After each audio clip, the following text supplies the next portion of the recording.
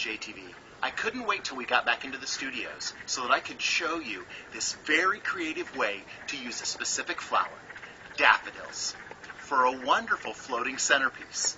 I saw this idea recently at the Lansing Home and Garden Show. One of the landscapers had done this with their wonderful display, and I thought, what a great way to create a fun spring centerpiece. So, let's get started. First of all, I want to tell you a little bit about daffodils. The important thing about daffodils is they secrete a special sap, and that sap is toxic to other flowers.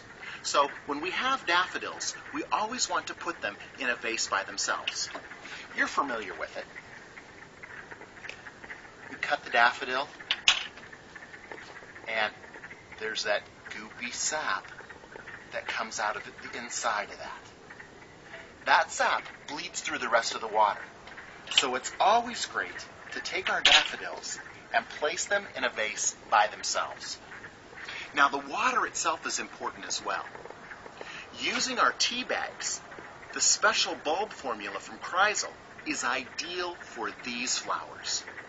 Any item that comes from a bulb, so whether it's a daffodil, a tulip, a hyacinth, even a lily, or alstroemeria, all benefit from the bulb tea bags.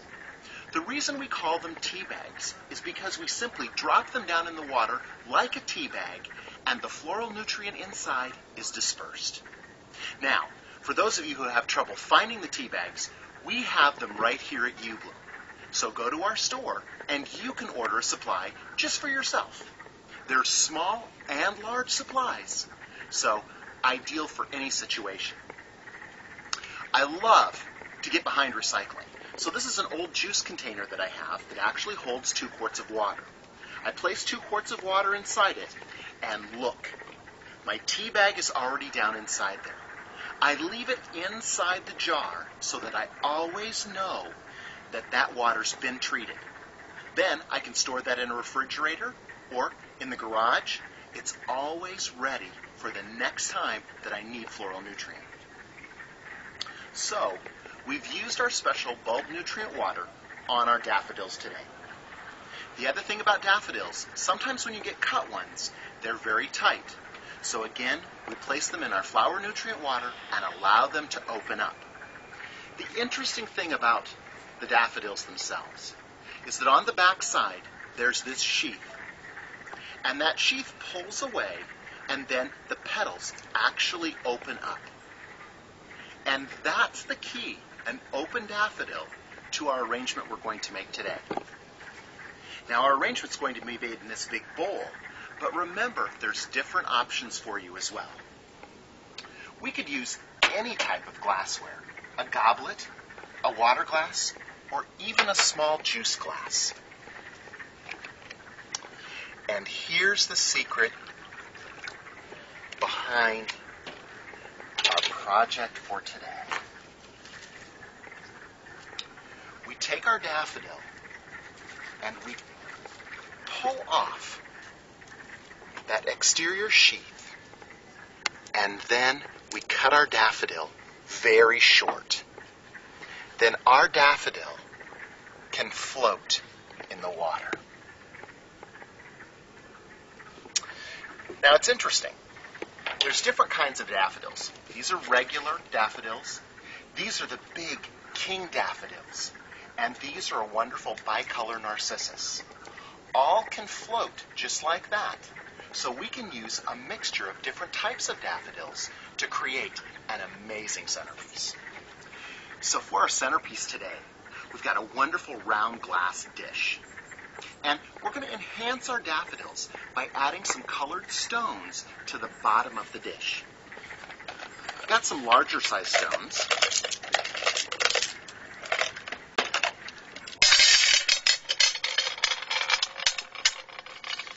We'll place those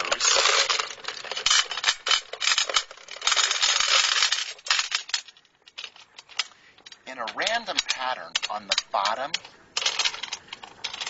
of the vase itself.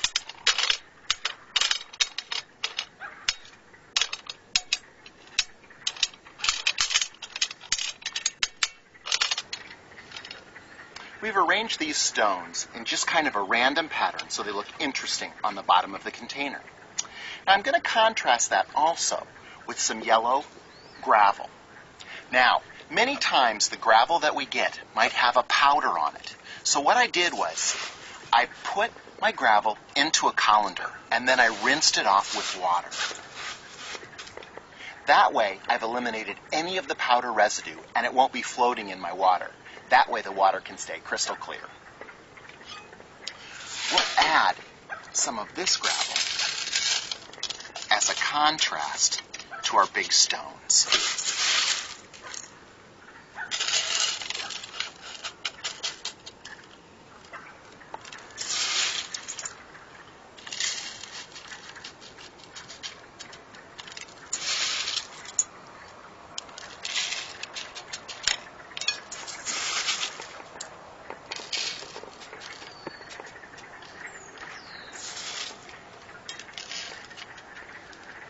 Now notice that I didn't place it everywhere. I've just brought it throughout to kind of tie everything together. And I might even take a few more of my stones and place them on top of the gravel to make it look very natural. Now you can be as intricate as you want to with this part of the process. You could do rows or layers, all sorts of fun things. You could use contrasting colors or ones that complement. That's where your own creativity comes into play. Think of how fun this little juice glass would be with a few rocks in the bottom of it too. So whether you're making it small or large, you have all kinds of opportunities. So the next part is to add our water.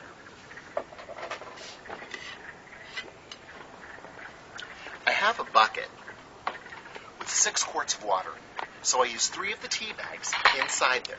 You'll notice they're still floating inside. That tells me this water already has my bulb food nutrient in it. And I'm going to add it over here to the side, staying away from my rocks. I'm adding the water very slowly so that all of the rocks on the bottom don't get disturbed. It's convenient to have an area where there's not rocks, because that makes it an easy place for us to pour the water into the bowl.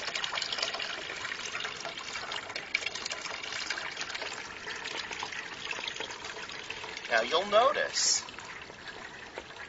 it's pretty deep because I want to have plenty of room for my daffodils to float. If you have any little pieces of debris or any little stones that are floating around, wait for those to disperse. But now, see how great that daffodil floats in that water? And a little bit of breeze moves it around. How wonderful is that? So now we can add a few more daffodils. I'm going to add a mixture of daffodil colors. So we'll use some of the narcissus, some of the giant daffodils, and then we'll also use some of our regular greenhouse daffodils. So we take our daffodil and we remove that sheath from the back side, and then we cut our daffodil nice and short and place it directly in the water. Same way with our narcissus, peeling off that back side and cutting it short and then letting it float. Look at the contrast of those 3 different types of daffodils. How wonderful is that? Such a great spring appearance.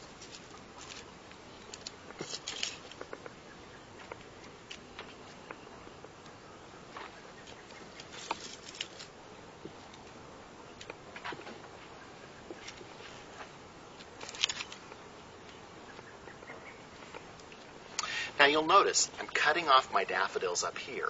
I can take this plant now and plant this in the garden. Because I just removed the blossoms themselves, the strength will die back into the bulbs, and then I can plant them right in my own garden, and next year I'll be ready for another daffodil centerpiece.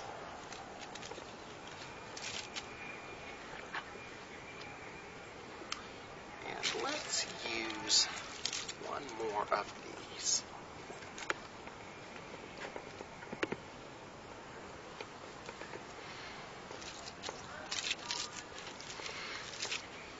Now, one more thing. We can take a little juice glass.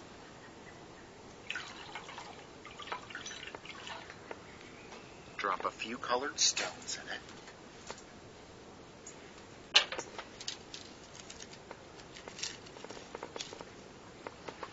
Drop in one narcissus. And we could set one of those at each place setting around the table. It'd be a fun way for us to create a little party favor at each one of the place settings. And look at how great it looks in that juice glass. What a fun centerpiece for us. It's springtime here in Michigan. And you know what? I always know, because the pond right out back, the little frogs are croaking. The daffodils are coming up in my garden. And this is a wonderful centerpiece to help us celebrate spring in a fun, unusual way that's unique to daffodils themselves. Until next week, keep having fun with flowers.